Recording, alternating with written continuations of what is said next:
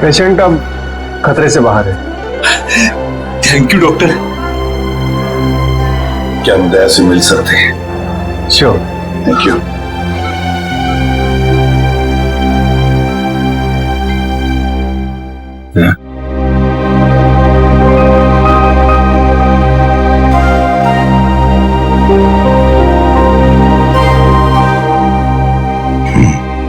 क्या यार, तुमने तो डरा दिया हम लोगों को। क्यों? तुम्हें क्या लगा मैं गया? तुम लोग इतनी आसानी से मुझसे पीछा नहीं छुड़ा सकते। सर, अगले हफ्ते मेरा बर्थडे है सर। मुझे आपसे बहुत बड़ा गिफ्ट चाहिए। आप जल्दी से ठीक हो जाइए सर। पंकज की जेब खाली करानी है। इससे बड़ी पार्टी लेंगे हम।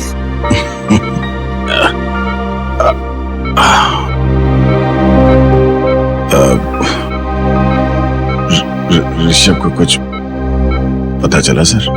तुम ऋषभ की चिंता मत करो, अरे हम लोग हैं ना। ऋषभ को हम लोग कहीं से भी ढूंढ कर निकालेंगे। दया, हम आकाश पाताल एक करेंगे, लेकिन ऋषभ को ढूंढ निकालेंगे और वो भी सही सलामत। उन लोगों को नहीं छोड़ेंगे। बस तुम ठीक हो जाओ।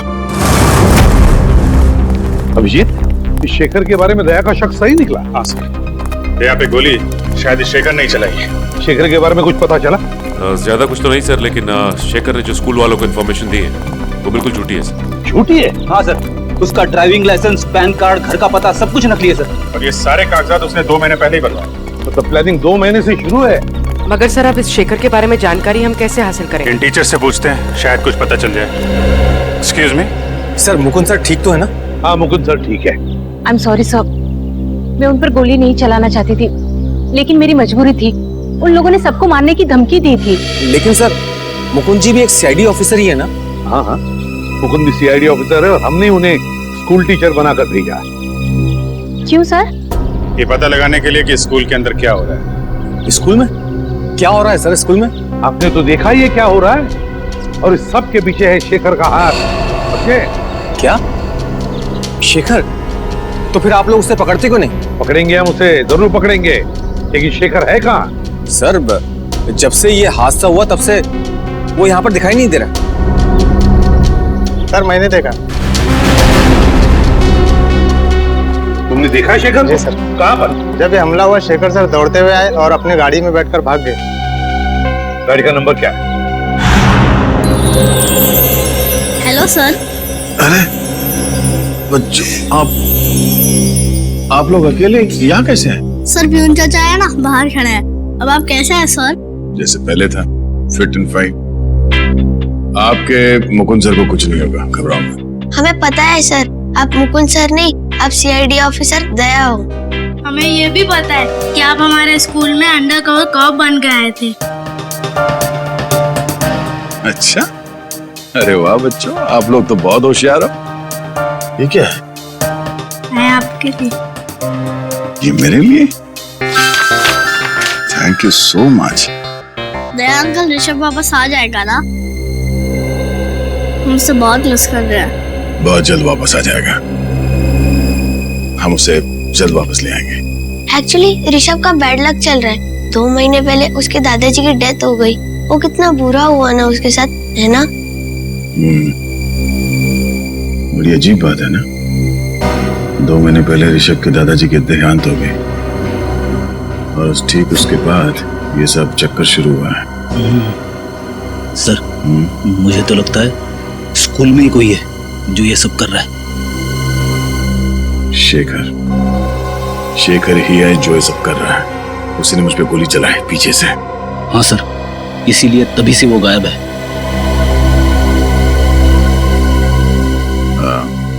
अच्छा बच्चों, शेखर सर के बारे में आप लोग कुछ बता सकते हो?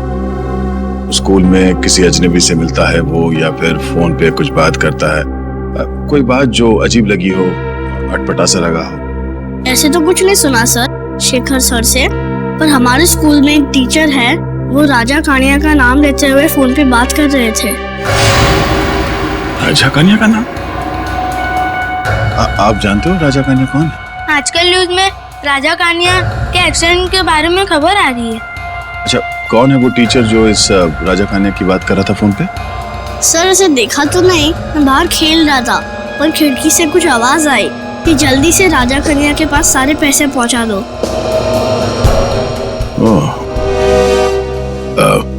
थैंक यू बच्चों, आप लोगों ने सीआईडी की मदद की।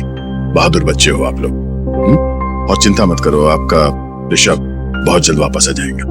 हम उसे ढूंढ निकालेंगे। आप लोग अभी स्कूल जाओ। Thank you so much. Bye sir. Thank you. अरे सर, ये क्या कर रहे हैं आप? सर रेडी, मुझे जाना होगा। अरे लेकिन ये लो तुम्हारे पूरे 1 करोड़।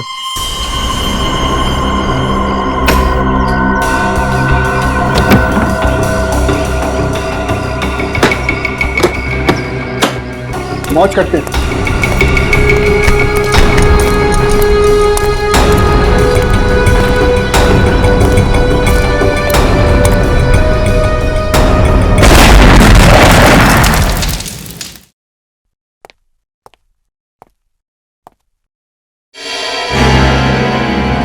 दया, तुम्हें तो अस्पताल में होना चाहिए। आप मेरी फिक्र छोड़िए, मुझे आपसे कुछ जरूरी सवाल पूछने हैं ऋषभ के बारे में। ऋषभ, क्या जानना चाहते हो? यही कि ऋषभ को किडनैप क्यों किया गया है? ऋषभ का कोई परिवार नहीं है, तो ऐसी क्या बात है ऋषभ में कि इतने बड़े बड़े क्रिमिनल्स उसके पीछे पड़ गए? हम ऋषभ के बैकग्राउंड के बारे में सब कुछ जानना चाहते हैं, तभी हम पता कर सकते हैं कि इसके पीछे किसका हाथ है।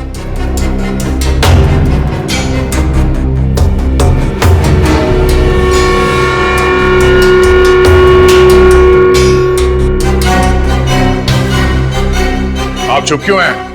हाँ? एक मासूम बच्चे की जिंदगी का सवाल है। आज मैं आपसे सच जानकर रहूंगा, बताइए।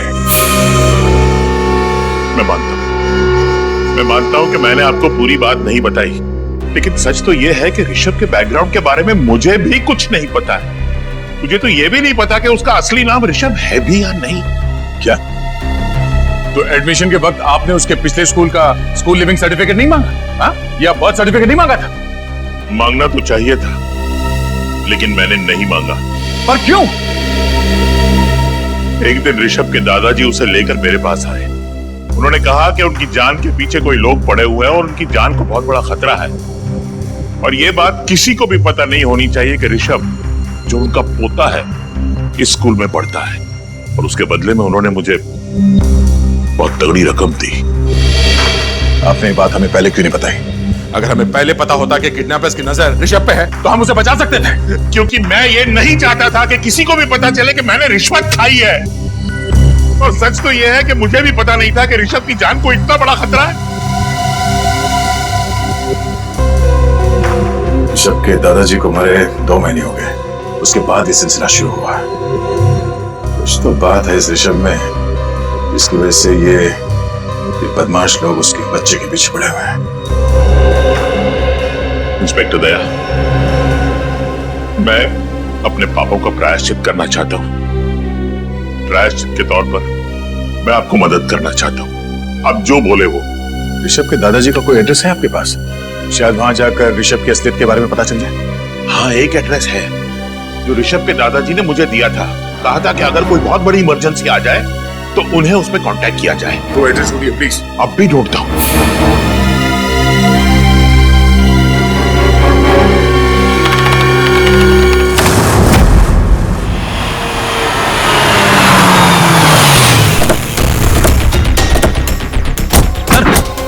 गाड़ी का नंबर तो ही है जो उस वॉचमैन ने बताया था। गाड़ी आए तो फिर शेखर भी अंदर ही होगा।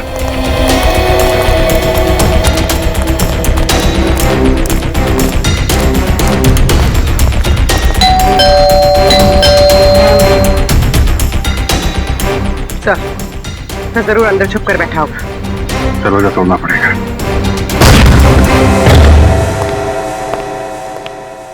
पूरा घर छान मारो, कुछ न कुछ सुराग जरूर हाथ लगेगा।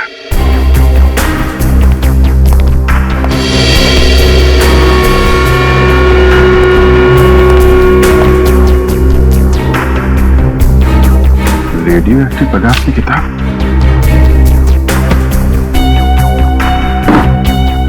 Nuclear science. इसका मतलब शेखर जरूर किडनैपर्स के साथ मिला हुआ है।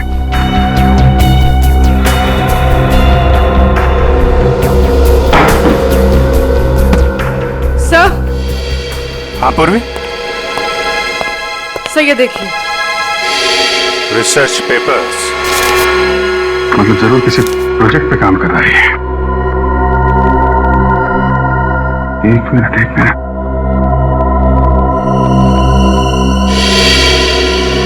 My god, hazmat suit. Shekhar के घर में रेडियो एक्टिव की किताबें, रिसर्च पेपर और हैजमेट सूट। इसका मतलब वो नहीं। बेटी नहीं, रुक जाओ। अरे ये आवाज कैसी है? ये क्या हो रहा है? जरूर उस कमरे में रेडियो एक्टिव पदार्थ है फ्रेडी। तुम रेडिएशन के चपेट में आ गए।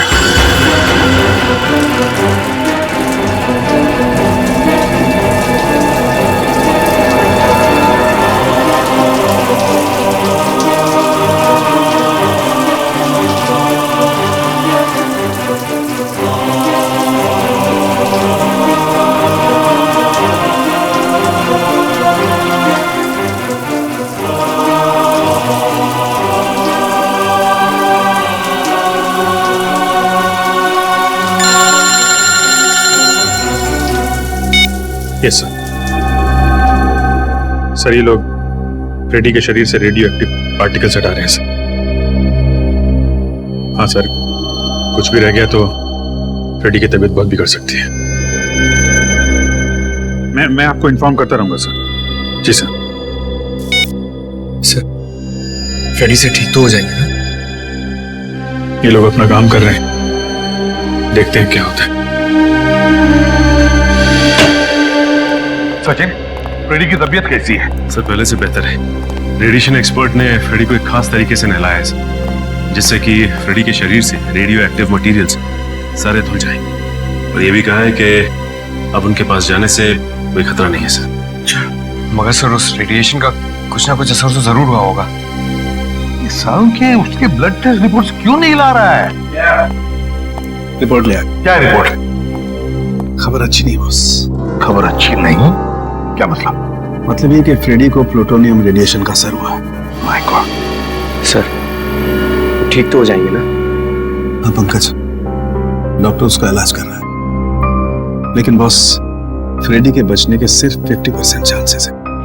क्या? फ्रेडी के बचने के चांसेस 50-50 है? नहीं सारुखे, ऐसा नहीं हो सकता सारुखे। फ्रेडी ठीक हो जाएगा, मुझे पूरा यकीन है। फ्रेडी ठीक हो जाएगा। कुछ नहीं होगा फ्रेडी को, कुछ नहीं होगा। भगवान करे ऐसा ही है बॉस। और हाँ, शेखर के घर से आप लोग जो रिसर्च पेपर्स की किताब लेकर के आए थे, हाँ, उससे पता ये चला है कि वो कोई छोटी साइज का न्यूक्लियर डिवाइस बना रहा था। ये देखो।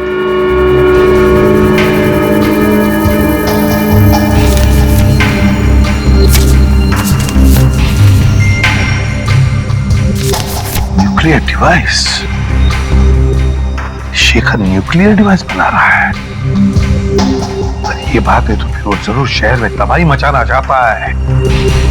तबाही मचाना चाहता है, इसे तो रोकना होगा। बॉस, उस किताब से ये फोटोग्राफ भी मिला है।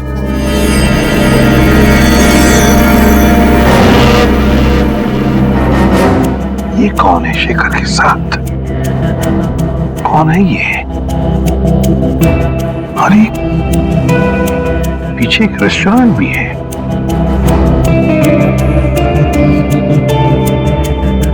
इस रेस्टोरेंट का पता लगाना होगा। रेस्टोरेंट का पता लगाना होगा और शेखर जहां पर भी है वहीं से उसे उठाना होगा।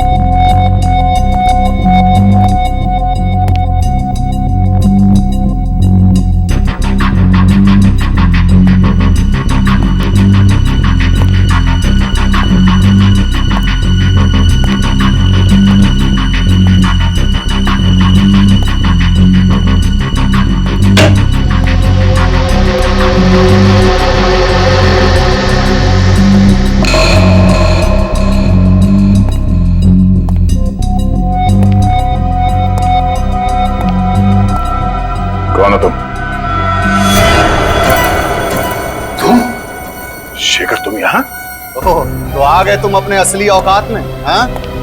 कहाँ गई तुम्हारी वो मुकुंद वाली नौटंकी? नौटंकी तो तुम कर रहे थे, शर्म आनी चाहिए तुम्हें। एक अच्छे टीचर बनने का ढोंग कर रहे थे तुम। बता ऋषभ कहाँ है? हाँ? किडनैप करके कहाँ रखा उसे? बंद कर अपनी ये बकवास और चले जाओ यहाँ से, वरना क्या कर लेगा तू? हाँ? सीधे सीधे बता ऋषभ कहाँ है, वरना तेरी बत्ती से निकाल कर बाहर रख दूंगा, समझे?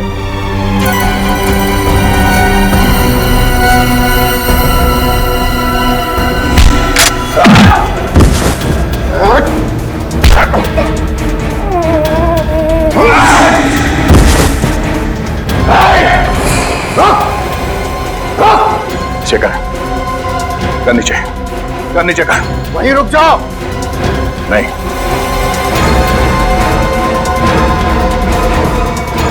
शेखर।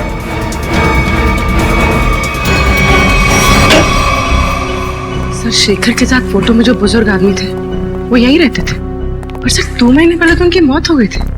यहाँ है कौन? दरवाजा तो खुला हुआ है।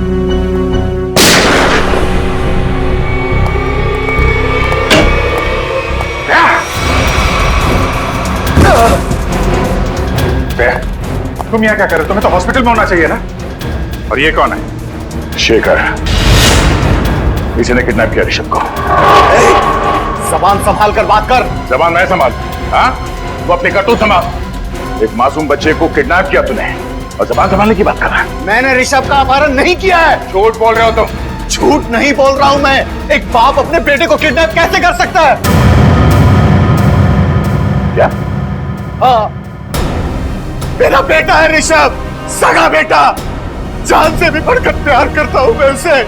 मैं क्यों किडनैप करूंगा उसे? क्यों?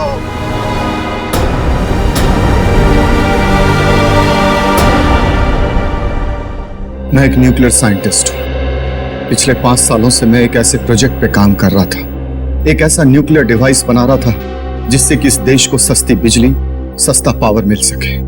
लेकिन उसका एक बहुत बड़ा डिसएडवांटेज था। यदि वो गलत हाथों में चला जाता तो उसका बहुत ही गलत इस्तेमाल हो जाता। और तुम नहीं चाहते थे कि वो फॉर्मूला किसी गलत लोगों के हाथ आ जाए? जी हाँ सर, कुछ टेररिस्ट चाहते थे कि मैं उनके साथ काम करूं। कैसा काम? उनके पास रिएक्टर था, उन्हें बस जरूरत थी एक फॉर्मूले की जिससे कि वो बॉम्ब ब्लास्ट कर सकते, और वो फॉर्मूला मेरे पास था।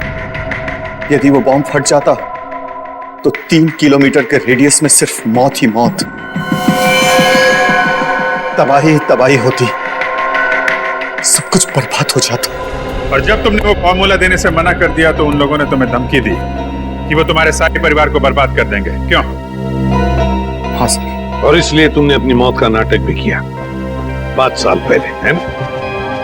जी, मैंने ऋषभ को अपने पिताजी के पास जाकर छोड़ दिया और उनसे कहा कि वो अपनी पहचान बदल कर रहे हैं। ऋषभ तभी 3 साल का था। लेकिन 2 महीने पहले जब तुम्हारे पिताजी की मौत हुई तब उन्हें पता चल गया कि तुम मरे नहीं बल्कि जिंदा हो। जी।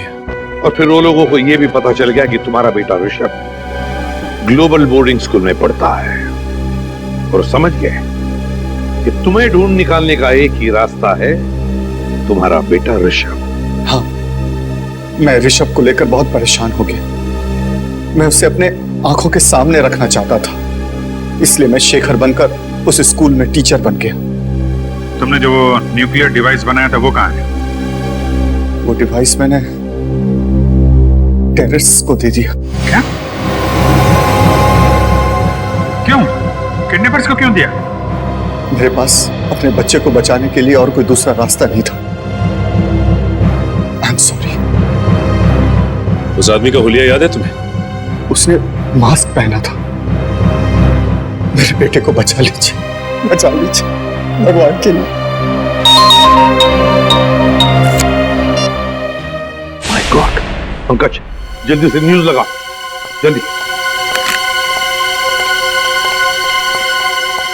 आज 2 घंटे बाद मुंबई में एक ऐसा धमाका होगा कि पूरी दुनिया देखेगी, पूरी दुनिया। और पूरी दुनिया के आतंकवादियों से मैं सिर्फ यही कहना चाहता हूं कि अपनी नजरें सिर्फ और सिर्फ मुंबई पर रखें। ताकि उन्हें भी पता चले कि हमारे पास कितना खतरनाक न्यूक्लियर हथियार है। My God. और वो हथियार वो भी हमसे खरीद सके। मुंबई वासियों, अब सिर्फ 2 घंटे बचे हैं, सिर्फ 2 घंटे। उसके बाद पूरा बंबई शहर नहीं, सिर्फ एक खंडर होगा, खंडर।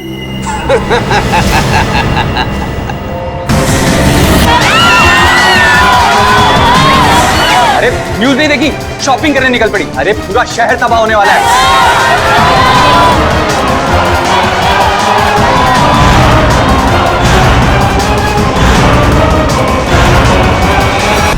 हमें कुछ भी करके पता लगाना ही पड़ेगा उस जगह का जहाँ पर उन्होंने ऋषभ को पकड़ के रखा है। पता लगाना ही पड़ेगा उस जगह का।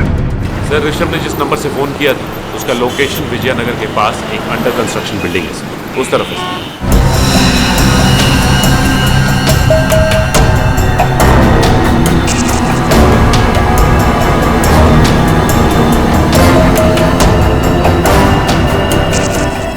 पूर्वी, तुम्हारे हीट सेंसर बाइनोकुलर से देखो बिल्डिंग में कितने लोग हैं।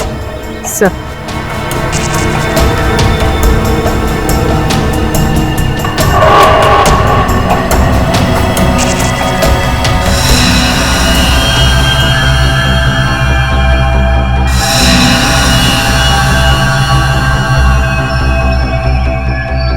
सर इस बिल्डिंग में 10 से 12 लोग हैं। और ऋषभ ऋषभ ऋषभ दिख रहा है?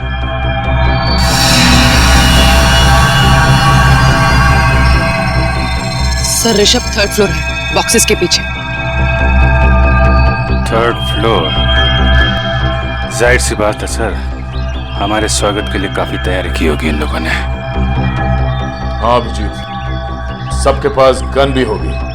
सबके पास गन्स होगी, लेकिन सावधानी बरतनी पड़ेगी हमको, क्योंकि ऋषभ की जान को खतरा हो सकता है। कुछ भी करके अंदर घुसना चाहिए। इन किडनैपर्स को पता नहीं चलना चाहिए। हाँ सर, ये सब तब हो सकता है जब हम में से कोई एक अंदर जाएगा। सर आइडिया तो अच्छा है, लेकिन जाएंगे कैसे? सर मैं नीचे से ऊपर नहीं, ऊपर से नीचे की तरफ जाऊंगा।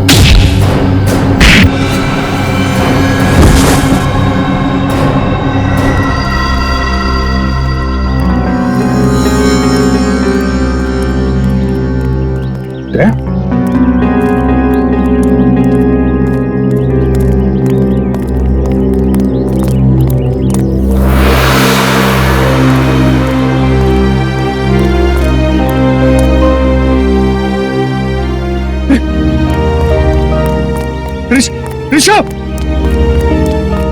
ऋषभ मेरा बेटा, मैं पापा हूं तेरा बेटा, मैं पापा हूं तेरा। बताइए ना सर इसे।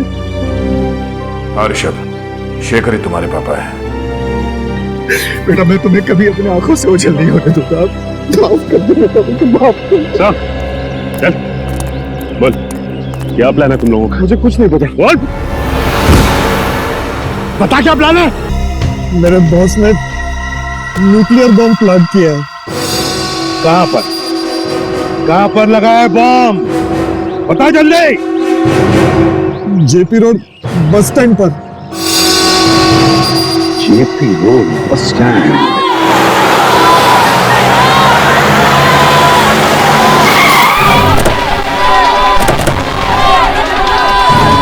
चारों तरफ फैल जाओ, कुछ भी अजीब लगे बताना।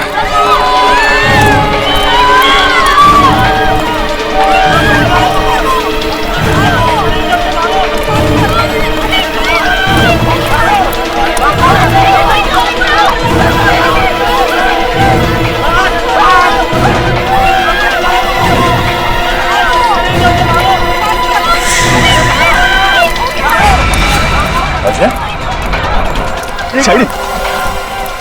रुक, अभिजीत, अजय पीछे के एग्जिट की तरफ भाग रहा है। एग्जिट की तरफ? हट जाइए, हट जाइए, हटिए। अजय,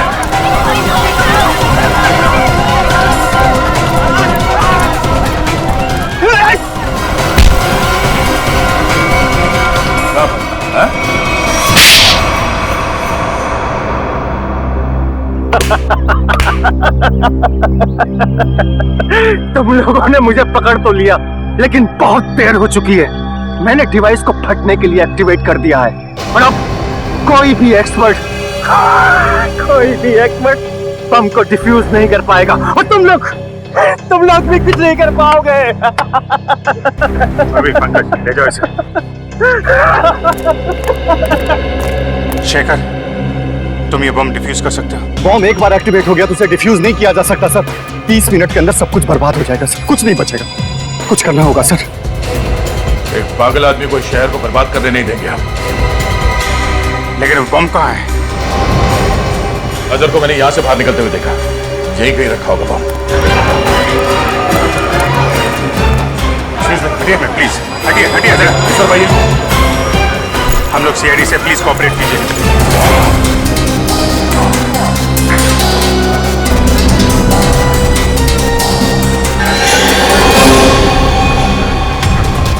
जया,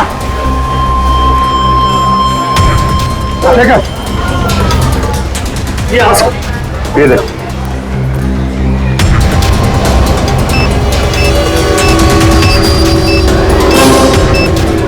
आप लोग भाग जाइए जल्दी।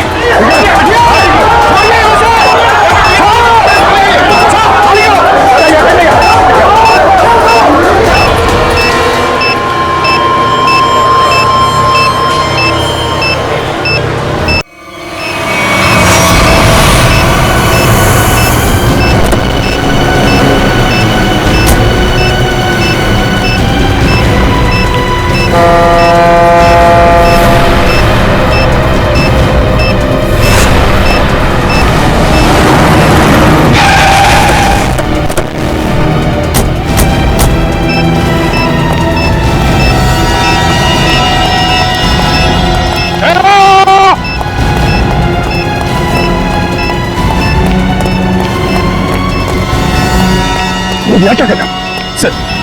जैसे ही मुझे पता चला कि आप बॉम्ब को फेंकने यहाँ पे आए हो तो मैं तुरंत भागा चला आया सर। सर प्लीज ये बॉम्ब मुझे दे दो।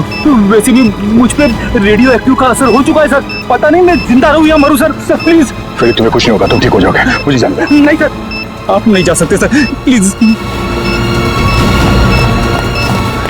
ठीक है, काम करते हैं, इस बॉम्ब को नीचे बोट में रखते हैं।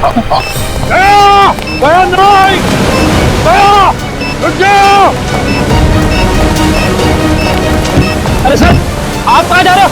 बॉम्ब मुझे दे दो।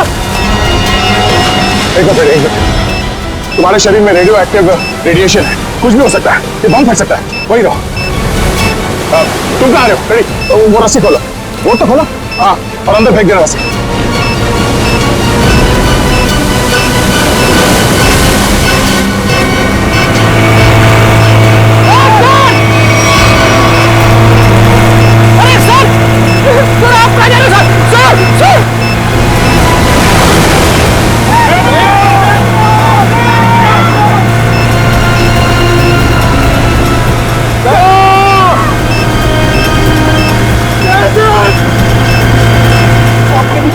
किया।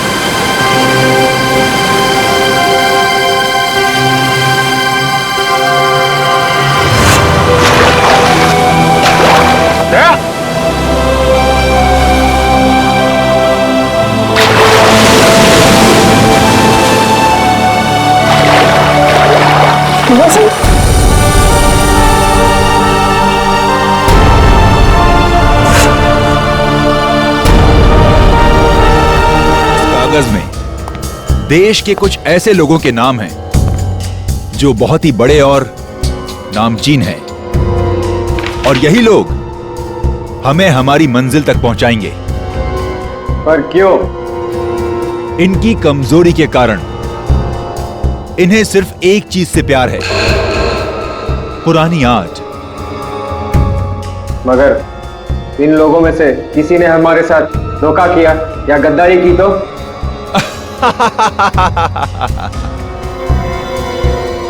तो हमारे वो साथी किस दिन काम आएंगे जो हमारे लिए जान भी दे सकते हैं।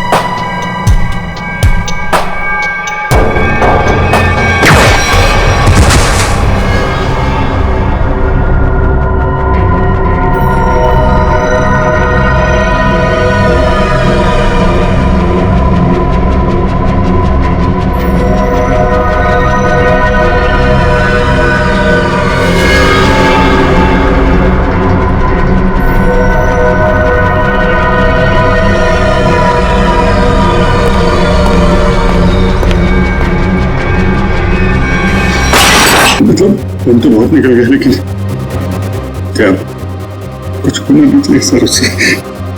Mister Abhijeet, please have patience.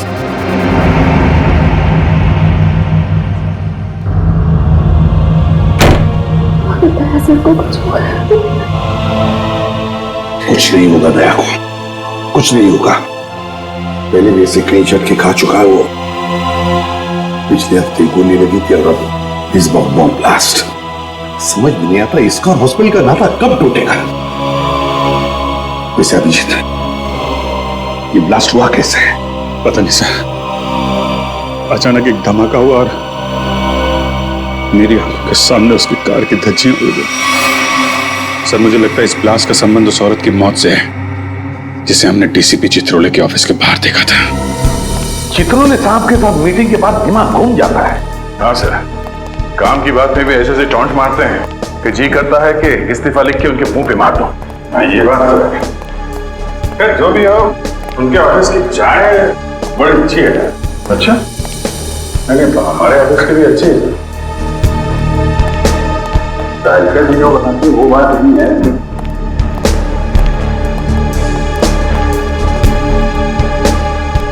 Sir आप लोग लिफ्ट से आइए, मैं गाड़ी लेकर आता नीचे। ठीक है?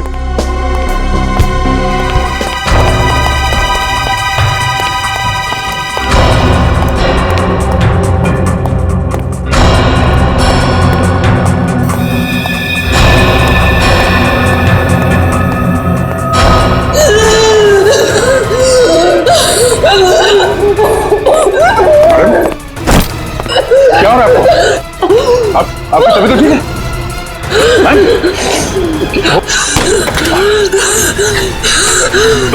क्या हो क्या रहा है आपको?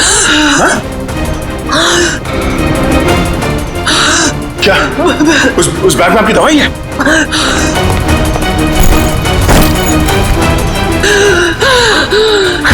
मैम, इसमें तो कोई दवाई नहीं। हाँ? क्या हो क्या रहा है? क्या हो? क्या क्या क्या हुआ क्या इनको? कौन है? इसके तो सांस बंद होने लगी है। कहीं से अस्थमा का अटैक तो नहीं? हॉस्पिटल गाड़ी लेके जल्दी। घबराओ मत। लड़की बेचारी ठीक हो जाएगी तो अच्छा है। उसके पास कोई आइडेंटिफिकेशन भी नहीं जिसके जरिए हम उसके घर वालों को इन्फॉर्म कर सके। अरे डॉक्टर साहब, कैसी है लड़की? आपने उन्हें लाने में देर कर दी। क्या? हमने तो पूरी कोशिश की थी, मगर ऐसे पेशेंट को अपने पास कोई दवाई वगैरह रखनी चाहिए। हाँ? ना तो हमें कोई दवाई मिली और ना ही उनके पास वो अस्थमा पंप था। नहीं, अस्थमा नहीं था उसे। दरअसल उसे कोई बीमारी ही नहीं थी। तो फिर? उसे इंटरनल पॉइजनिंग हुआ था। उसकी बॉडी में जहरीला केमिकल मिला था और इसी वजह से उसकी मौत हुई थी। इंटरनल पॉइजनिंग, जहरीला केमिकल? कहीं खून का मामला तो नहीं? दया की इस हालत की जिम्मेदार वही लड़की है सर। पर सर, वो लड़की तो मर चुकी है।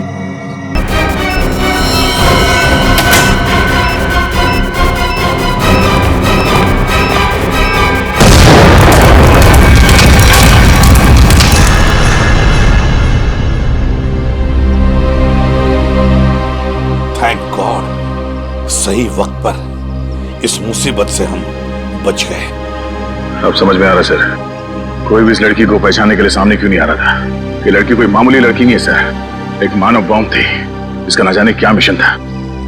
दया, जिसने भी ये मानव बॉम्ब बनाया उसका मिशन पूरा नहीं हुआ है। हमने नाकाम कर दिया उसे उसके मिशन में। लेकिन ये फिर से बॉम्ब बनवाएगा, दूसरा बॉम्ब बनवाएगा। सर ये मिशन है कौन? इसका तभी पता चलेगा जब हमें ये पता चलेगा कि ये लड़की कौन थी। हाँ सचिन बताओ। अच्छा, लेकिन ठीक से पता किया तुमने?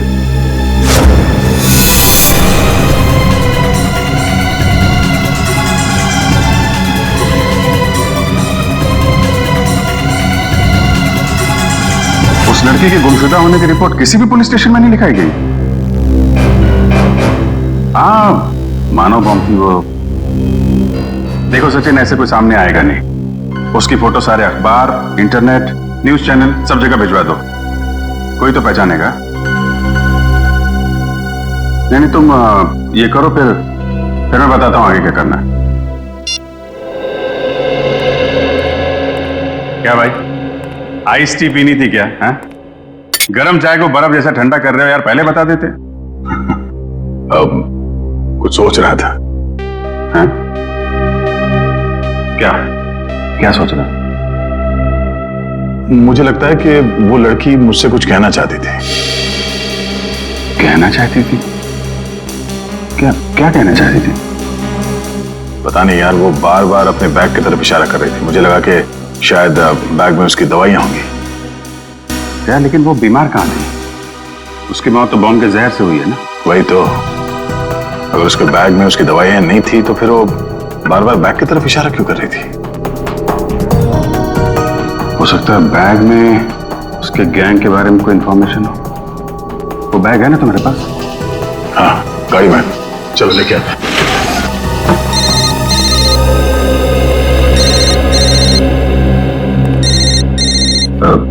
तारिका जी, ठीक है, बात कर लो, मैं बैग लेके आता हूँ। हेलो। हाँ तारिका जी,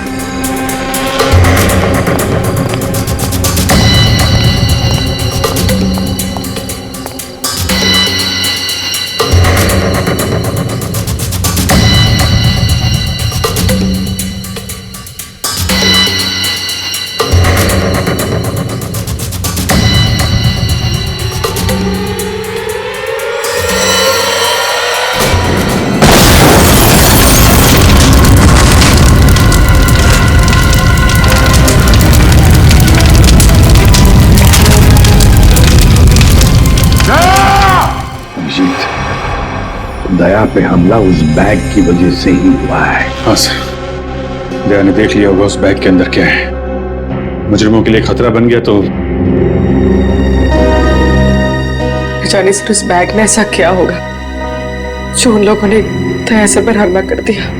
दया की जली हुई गाड़ी का एक एक पुर्जा चेक करने को कहो साळुंखे को। कोई ना कोई बड़ा चक्कर है, कोई ना कोई बहुत बड़ा चक्कर है।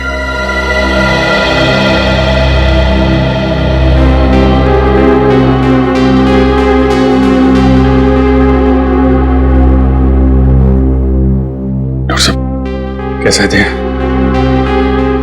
अब चुप क्यों है डॉक्टर साहब? बताइए ना, दया कैसा है? डॉक्टर साहब, क्या हुआ दया सर को?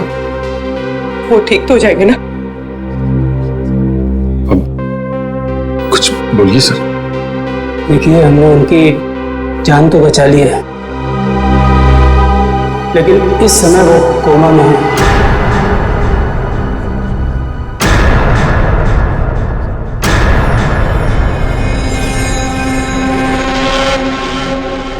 और उन्हें कब होश आएगा ये कहना बहुत मुश्किल है। होश कब तक आएगा का क्या मतलब है डॉक्टर साहब? हाँ, क्या मतलब है? क्या कहना चाहते हैं? देखिए, ऐसे केसेस में कभी कभी पेशेंट को 1-2 दिन में भी होश आ जाता है और कभी कभी सालों लग जाते हैं।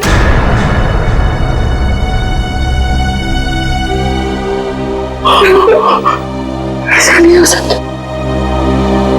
ऐसा नहीं हो सकता सर। नजर कोट में होगा, ऐसा नहीं हो सकता सर। कुछ नहीं होगा दया को, कुछ नहीं होगा। दया एक फाइटर है, फाइटर, सीआईडी का जांबाज फाइटर। मौत के साथ कई बार जूझ चुका है वो, और इस बार भी जीतेगा, इस बार भी जीतेगा वो।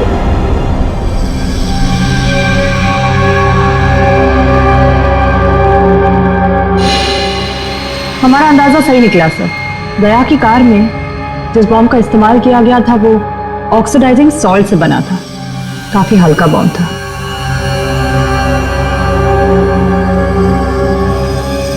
क्या हुआ सर, कोई खास बात? हाँ हाँ, ये देखो, जानते हो तारिका ये क्या है? ये एक लकड़ी का टुकड़ा है, और ये लकड़ी का टुकड़ा बहुत ही अच्छी क्वालिटी का है। मगर मिला कहां से ये लकड़ी का टुकड़ा? लेदर बैग के इस जले हुए टुकड़े पर से। वो लेदर बैग जो उस लड़की के पास था। देखो,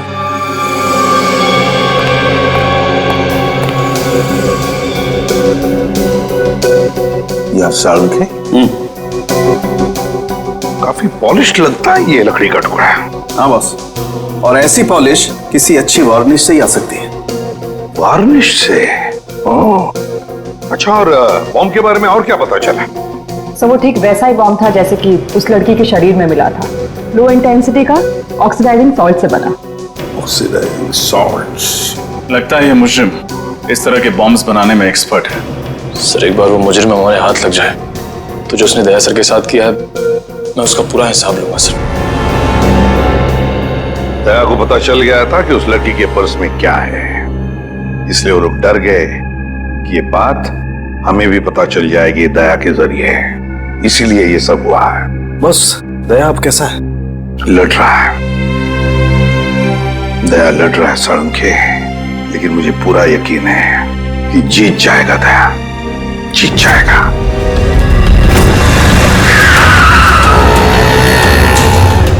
डीसीपी सर के ऑफिस के लिए यही रास्ता जाता है। वो लड़की भी इसी तरफ से आए थे। चल के पूछते हैं, शायद किसी ने देखा हो। भाई साहब, आपने इस लड़की को यहाँ देखा? नहीं, मैंने तो नहीं देखा। भाई साहब, आपने इस लड़की को कहीं देखा?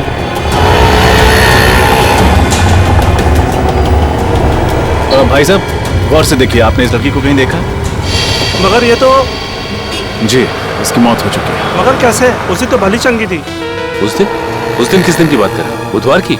हाँ साहब, बुधवार की बात कर रहा हूँ। उनके हाथ में एक बड़ा सा बैग था, भूरे रंग का। काफी हड़बड़ी में थी, एक आदमी से टक्कर होते होते बची और उस पर बरस पड़ी। इसके साथ कोई और भी था? नहीं साहब, बिल्कुल अकेली थी। लाजवाब रेस्टोरेंट से बाहर निकल रही थी। लाजवाब रेस्टोरेंट कहाँ पे है ये? वो साहब, वो रहा लाजवाब रेस्टोरेंट। रेस्टोरेंट में स्विमिंग पूल पहली बार देख रहा हूँ। हाँ सर, आइए। कहाँ बैठना पसंद करेंगे सर आप? जिस काम के लिए हम आए हैं वो खड़े रहकर भी हो सकता है। मैं कुछ समझा नहीं सर। सीआईडी। सीआईडी? जी, इस फोटो को गौर से देखिए। बुधवार को दोपहर 3 बजे के करीब ये लड़की आपके रेस्टोरेंट में आई थी? हाँ सर, आई तो थी, पर ये तो... जी हाँ, ये मर चुकी है। Oh my God! और आप लोग इसके खूनी को ढूंढते ढूंढते यहाँ तक आ पहुंचे? खूनी तक पहुंचने के लिए कब कहाँ सुराग मिल जाए ये कोई नहीं बता सकता। अरे अनुराग। जी सर। जरा इधर आना। सर, उस दिन टेबल नंबर 2 पे इसी की ड्यूटी थी सर। क्या हुआ सर? ये लोग सीआईडी से हैं और इनके सवालों का सही सही जवाब देना। इस लड़की की मौत हो गई। मौत? जी हाँ, मौत। इस लड़की के बारे में कुछ जानते हैं आप? हाँ साहब, ये लड़की बुधवार को यहाँ आई थी और काफी घबराई हुई थी साहब। अकेली आई थी? हाँ साहब, पहले तो अकेली आई थी, बाद में एक आदमी से मिलने के लिए आया था। अच्छा, एक आदमी आया था मिलने से? हाँ साहब, सूट बूट टाई और हैट पहना हुआ था। दोनों ने आपस में क्या बात की, कुछ सुना तुमने? नहीं साहब, पर उस आदमी के हाव भाव से ऐसा लग रहा था जैसे कि उस लड़की को डांट रहा हो। डांट रहा? हाँ साहब, और उस आदमी ने एक घड़ी भी दी मैडम को हाथ में पहनने वाली, और शायद वो समझा रहे थे कि घड़ी चलती कैसे। जरूर वो घड़ी ही उस बॉम्ब का डेटोनेटर होगी। बम? किस बम की बात कर रहे हैं सर आप? कोई नहीं। उस आदमी का चेहरा याद है तुम्हें? नहीं साहब, वो आदमी के नजदीक में जब भी जा रहा था वो हेड से अपना चेहरा छुपा ले रहा था। इस रेस्टोरेंट में सीसीटीवी कैमरा तो होगा ही ना? नहीं सर। कमाल है, रेस्टोरेंट में स्विमिंग पूल है, सीसीटीवी कैमरा नहीं। अच्छा, उन्होंने पेमेंट कैसे की थी? कार्ड से? कैश किया था सर। क्या कहा तुमने? टेबल नंबर 2 पे बैठे थे? हाँ सर, वहाँ है टेबल नंबर 2। शायद इस टेबल और इन कुर्सियों पर अभी भी उन लोगों की उंगलियों के निशान हो। एक काम करते हैं, ये फर्नीचर डॉक्टर साळुंखे के पास भिजवा देते हैं।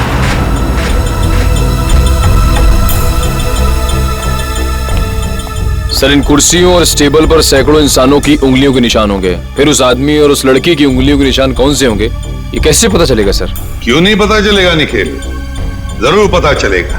तो बॉम्ब बनाने वाला आतंकवादी है, उसके उंगलियों के निशान तो हमारे क्रिमिनल डाटाबेस में होंगे ही, अभी पता चल जाएगा। सर,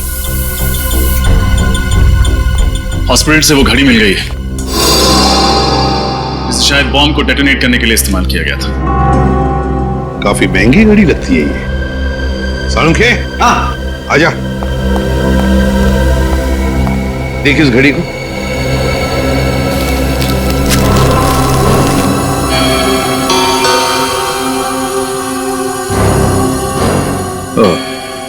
बस, रजत का अंदाजा एकदम सही है। दरअसल ये घड़ी ही डेटोनेटर है। ये देख रहे हो? ये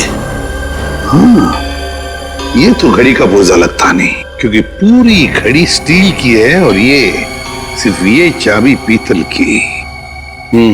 और ये चाबी ही डेटोनेटर है। My God! सर, पहले इस आदमी ने उस लड़की को मानव बॉम्ब बनाया, फिर दया सर पे हमला किया। अब न जाने ये अगला बॉम्ब कहाँ रखने वाला है। सचिन, अगला बॉम्ब प्लान करने से पहले ये तीतर हमारे पिंजरे में होना चाहिए। सर। हाँ सर, एक मैच मिला है उंगलियों के निशान का। कौन है? तो नाम तो नहीं लिखा है और फोटो भी नहीं है, लेकिन बस ये पता चला है कि पिछले 2 सालों में ये 5 बॉम्ब ब्लास्ट कर चुका है आदमी, देश के अलग अलग हिस्सों में। अच्छा, पिछले 2 सालों में 5 बॉम्ब ब्लास्ट कर चुका है और अब 6ठा ब्लास्ट करने जा रहा है। अब ना कोई बॉम्ब ब्लास्ट होने देंगे हम, किसी भी मासूम की जान नहीं जाएगी। अब ये घड़ी, ये डेटोनेटर ही हमें ले जाएगी उसके पास, उस आतंकवादी के पास। सर, वो घड़ी गगन नाम के एक आदमी की है जो विहार नगर में रहता है। विहार नगर? तो फिर चलो उसके घर। आप लोग हैं कौन? देखिए, हम लोग सीआईडी से हैं। सीआईडी से? जी हाँ, सीआईडी से। गगन घर में है। ये लोग कौन है माँ? बेटा, ये लोग सीआईडी से आए हैं, तुमसे मिलना चाहते हैं। देखो गगन, हमारे सवालों का हमें सही सही जवाब चाहिए। सही सही जवाब, समझे? क्या काम करते हो? वो ज्वाला रोड पे पाव भाजी का बागड़ा है साहब मेरा। कितने पैसे कमा लेते हो महीने में? यही कोई 6-7 हजार रुपये महीना। 6-7 हजार रुपया महीना? सुन लिया माँ जी, आपका बेटा महीना 6-7 हजार रुपये कमाता है, मगर घड़ी खरीदता है 1.5 लाख रुपये की। 1.5 लाख? हाँ, 1.5 लाख की घड़ी है ना। किस घड़ी की बात कर रहे हैं आप लोग? इस घड़ी की, इस घड़ी की बात कर रहे हैं, समझे? क्यों गगन, कुछ याद आ रहा है इस घड़ी को देखकर? लेकिन आप ये सारे सवालात मेरे बेटे से क्यों पूछ रहे हैं? क्योंकि ये कोई मामूली घड़ी नहीं माँ जी, कोई खास घड़ी है ये, खास घड़ी। एक बॉम्ब का डेटोनेटर है। बॉम्ब? जी हाँ, बॉम्ब। इस पर ये जो चाबी है ना, उसके दबाने से बॉम्ब ब्लास्ट हो सकता है। क्यों गगन? माँ जी, आपका बेटा गगन गलत लोगों से मिला हुआ है। ये झूठ है माँ, ये घड़ी तो मैं किसी और के लिए खरीदता था। वो एक घड़ी खरीदने पे मुझे 20,000 रुपए देता था, मगर मुझे नहीं मालूम था वो इन घड़ी का इस्तेमाल गलत काम के लिए करते हैं। तो अपना दिमाग लगाना चाहिए था। वो एक घड़ी खरीदने के लिए तुम्हें 20,000 रुपए क्यों देगा? साहब, मेरा बेटा निर्दोष है, आप इसे माफ कर दीजिए। गगन निर्दोष है या नहीं ये तो पता चल ही जाएगा, लेकिन बताओ, ये लोग कैसे मिले तुम्हें? वो लोग मेरी दुकान पे पाव भाजी खाने आए थे साहब। उन लोगों ने कहा क्या मैं काम करना चाहता हूँ। मैंने सोचा इसी बहाने में कुछ पैसे कमा लूंगा साहब। अभी कहाँ मिलेंगे? पता नहीं साहब, जब इनको जरूरत होती है ये फोन करके खुद ही संपर्क कर लेते हैं मुझसे। जब उन्हें जरूरत होती है तो वो खुद संपर्क कर लेते हैं। अब तो हम संपर्क करेंगे उनसे, हम संपर्क करेंगे। जी, मालदार पार्टी है बॉस, 5 करोड़ का रोकड़ा लेकर आई है, पर माल उसको अब भी चाहिए। 5 करोड़ का माल? तुमने पता किया वो किस गैंग का है? नहीं बॉस, ये तो मैंने पूछा ही नहीं। बेवकूफ, हमारे इस धंधे में किसी पे भरोसा नहीं किया जा सकता। तुम्हारी इस मालदार पार्टी पे मुझे शक हो रहा है। कौन हो तुम और अंदर कैसे घुस आए? बॉस, यही तो है वो मालदार पार्टी। हम तुम पर भरोसा करते, तुम हम पर शक करते, हमारा तलाशी लेते तुम। हम इधर पे डील करने को आया, तुमको क्या लगता है हम जेब में गन लेके घूमते? तुम सोचता है कि हम जेब में ऐसे हाथ डालेगा वैसे गन निकालेगा? मोबाइल। नाम क्या है तुम्हारा? डोगा। किस तरह का बॉम्ब चाहिए तुम्हें? मानव बॉम्ब। तुम गलत जगह आए हो। जी नहीं, बिल्कुल सही जगह आया हूं मैं। इस लड़की को मानव बॉम्ब तुम ही ने बनाया ना? कौन हो तुम? सीआईडी। कौन डाला इन सबको?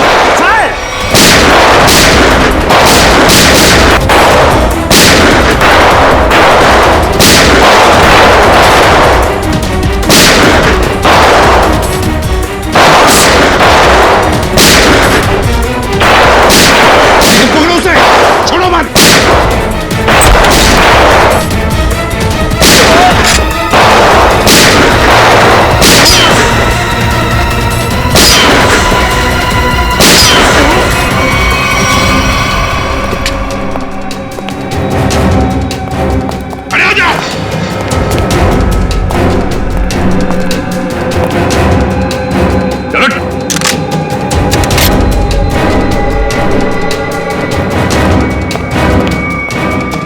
सर हाथ से निकल गया सर। कोई बात नहीं, शालीन भाग गया, लेकिन कब तक और कहां तक भागेगा? हाँ साहब, मैं ही हूँ शालीन का खास आदमी, उसका राइट हैंड। दया की गाड़ी में वो बम शालीन नहीं रखवाया था साहब। लोगों को मानव बम भी वही बनाता है साहब। ये फोटो देखो, क्या जानते हो उस लड़की के बारे में तुम? ये सारा लेक के पास वाले घर में रहती थी साहब, बस इसके अलावा मुझे कुछ नहीं पता साहब। सारा लेक के पास वाला घर, जाना पड़ेगा वहां पे। ठीक है, ये घर के मालिक से मिलना चाहते हैं तो उनसे कि सीआईडी आई है। जी आइए साहब, सीआईडी वाले आए हैं। सीआईडी?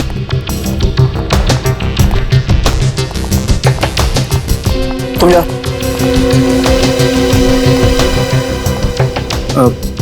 जी कहिए। आप तरन है इस घर के मालिक? जी नहीं, मैं सुकेतु हूँ। तरन जी तो ऑस्ट्रेलिया में रहते हैं। मैं इस घर की देखभाल करता हूँ। और ये बाकी के लोग कौन हैं? ये सारे किराएदार हैं। ये दोनों कॉलेज में पढ़ते हैं और ये तीनों कॉल सेंटर में काम करते हैं। मतलब 5 लोग, लेकिन हमने तो सुना था कि यहाँ पर 6 किराएदार हैं। तो छठा किराएदार कहाँ है? कहीं दिख नहीं रहा है। सर शायद आपने गलत सुना होगा, सुकेतु जी को मिलाकर हम यहाँ 6 लोग ही रहते हैं। अच्छा अच्छा अच्छा, हमने गलत सुना। क्या नाम है आपका? मोना सर। तो फिर मोना जी ध्यान से सुनिए, सीआईडी कभी गलत नहीं सुनती, समझे आप? छठी किराएदार ये है, नाम कोयल। कुछ याद आया? ये तो हाँ, मर चुकी है ये। मगर कैसे? इसका जवाब तुम लोग दोगे। बताओ, कोयल एक मानव बम क्यों बनी?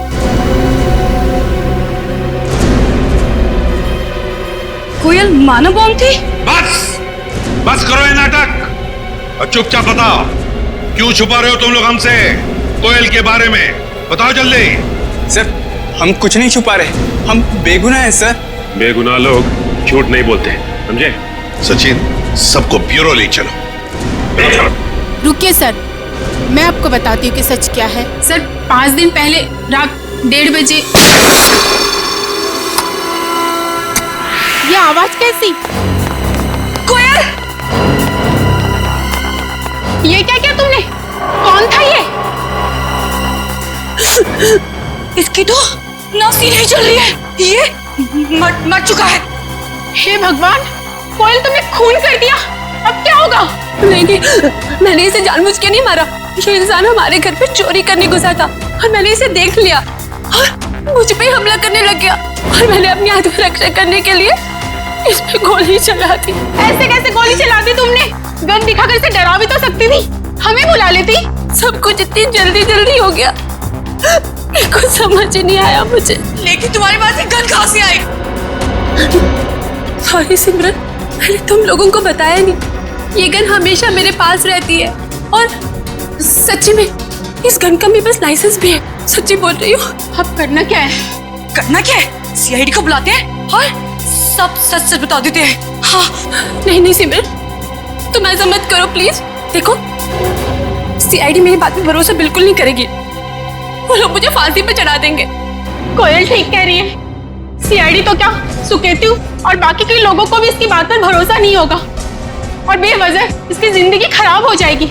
और वैसे भी ये आदमी कोई नेक इंसान तो था नहीं, चोर उचक्का ही था। एक काम करते हैं, इस लाश और इस राज को किसी ऐसी जगह दफना देते हैं जहां से फिर कोई ढूंढ ना पाए। एक खून पर पर्दा डाला तुम दोनों ने। लगता है चोर यहीं से है। सर। हाँ। क्या निकल? सर इस दरवाजे के इस साइड का कांच जानबूझ के तोड़ा गया है सर, ये देखिए।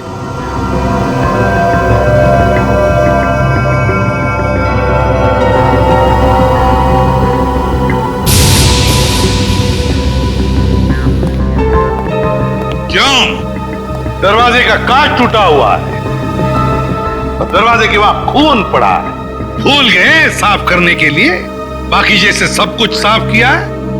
क्यों? चुपचाप बताओ, कहां पे छुपा के रखी है उस चोर की लाश? बताओ जल्दी। सर पास की जमीन में ही गाड़ के रखी है। बताए तुम लोगों ने कितना बड़ा जुर्म किया, क्या सजा होगी तुम लोगों को? चलो दिखाओ हमें, कहां पे गाड़ी है लाश?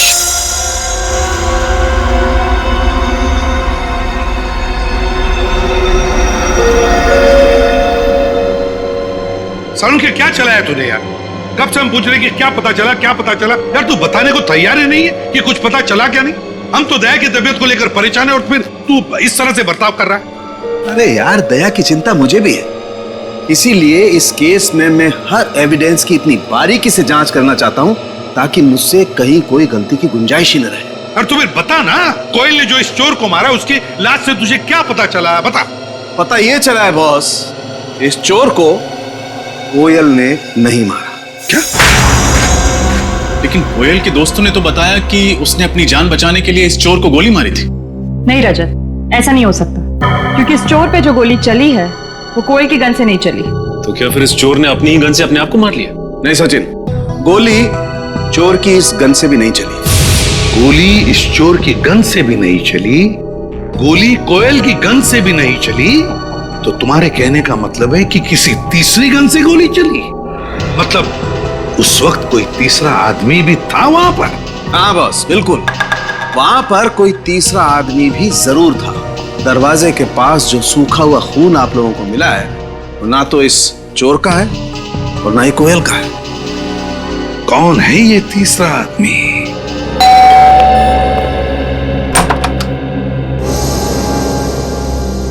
आप लोग सीआईडी से हैं ना? और आप मिस्टर तरन हैं, इस घर के मालिक? जी, देखा, मैंने कहा था ना।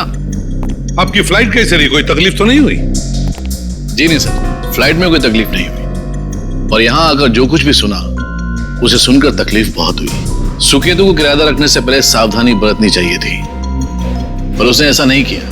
सर, मैं तो ये सोच चुका हूं कि अब इस घर में कभी कोई किराएदार रखूंगा ही नहीं, और ये लोग भी आज ही इस घर को खाली कर रहे हैं। नहीं नहीं नहीं नहीं नहीं, अब तो इस घर से कोई बाहर नहीं जा सकता जब तक हमारा इन्वेस्टिगेशन पूरा नहीं होता। और आप सबको हमारे साथ फोरेंसिक लैब आना पड़ेगा खून देने के लिए।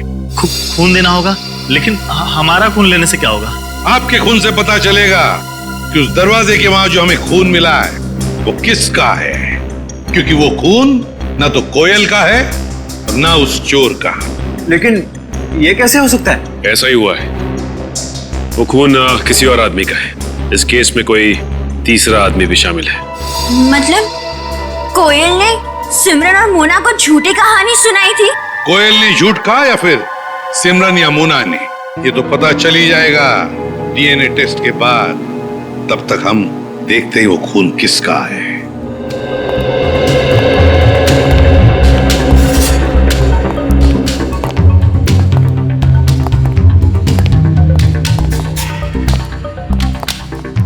देखो अच्छी तरह से देखो, कुछ न कुछ तो हमारी नजरों से छूटा है पिछली बार। इस बार मिलना चाहिए कोई न कोई सुराग।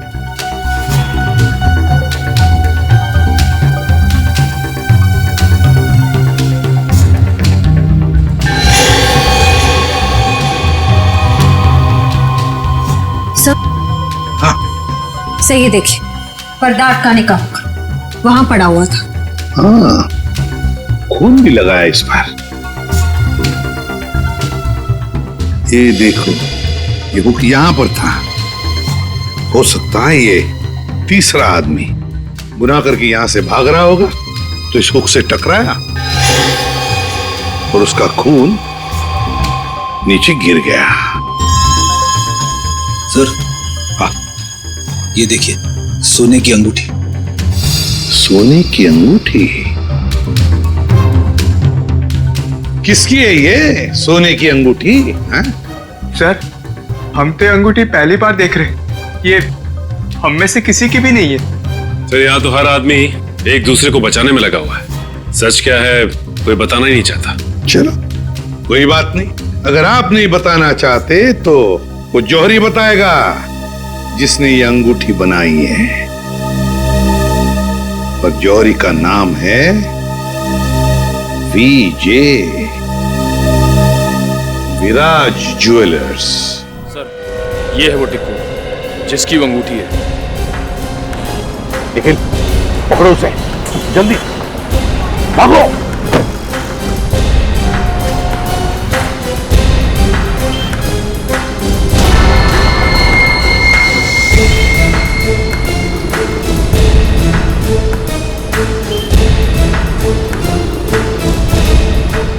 तो बस बैठ लीजिए साहब। चलो जल्दी निकलो।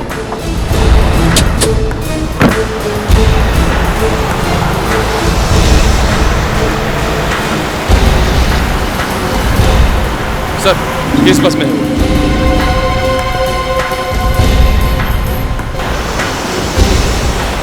बहुत बड़ी मुसीबत में फंस चुका हूं। सीआईडी वाले मुझ तक पहुंच चुके हैं।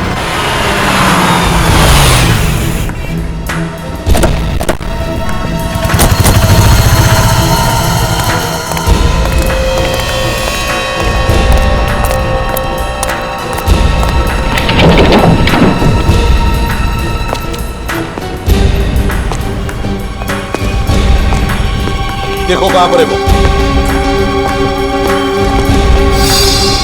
रोना टिको, वो सामने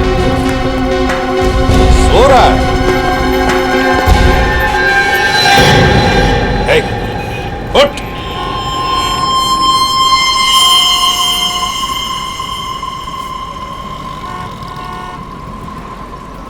सांसें तो बंद है इसकी, होंठ भी नीले पड़े हैं। कहीं से किसी ने जहर तो नहीं दिया?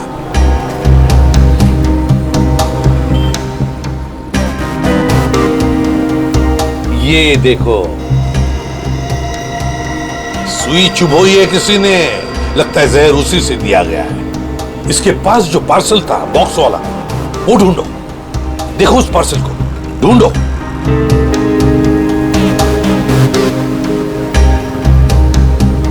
सर पार्सल तो कहीं नहीं है, लगता है वही आदमी लेके फरार हो गया। देखिए, हम लोग सीआईडी से हैं। इस आदमी की मौत हुई है, शायद इसका खून हुआ है। हम जानना चाहते कि इसकी इस बगल वाली सीट पर कौन बैठा था। कोई बता सकता है? कोई जानता है? वो तो सर इस बस स्टॉप पे उतर गया। आदमी यहीं पर उतर गया, इस स्टॉप पर?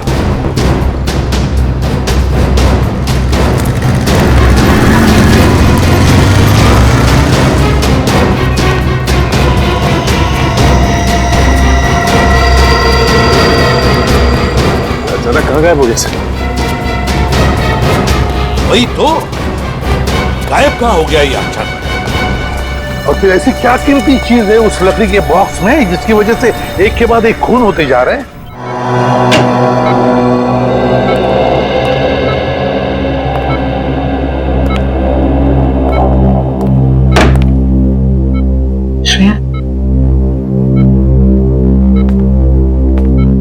श्रेया तुम घर जाओ, मैं दया सर के पास रुकती हूँ। नहीं पूर्वी, मैं यहीं रहूंगी। श्रेया, एसीपी सर का ऑर्डर है, तुम जाओ। और तुमने कुछ खाया? हाँ, मैंने खा लिया। श्रेया, क्या हुआ? मैं ठीक हूँ, बस थोड़ी थकावट हो रही है।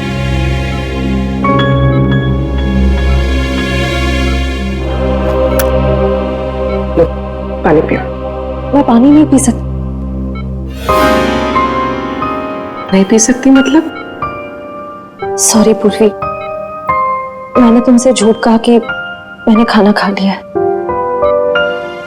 मेरा व्रत है। व्रत? दया सर जल्दी ठीक हो जाए इसीलिए?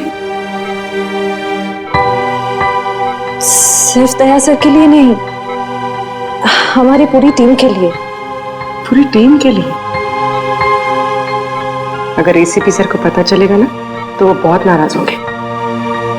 पूर्वी प्लीज, एसीपी सर से कुछ मत कहना। तुम बाहर आओ। चलो पूर्वी, चलो।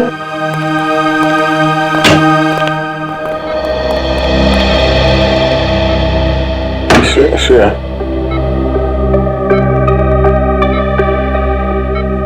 श्रेया, ये लड़की श्रेया मेरे लिए सब क्यों कर रही हो? ऐसे कहो।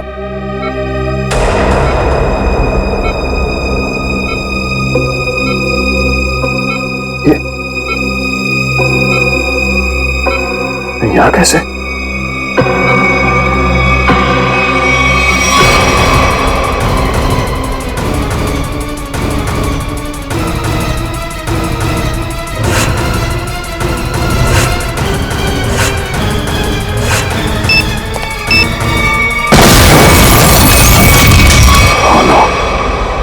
लास्ट, मैं यहाँ नहीं रह सकता।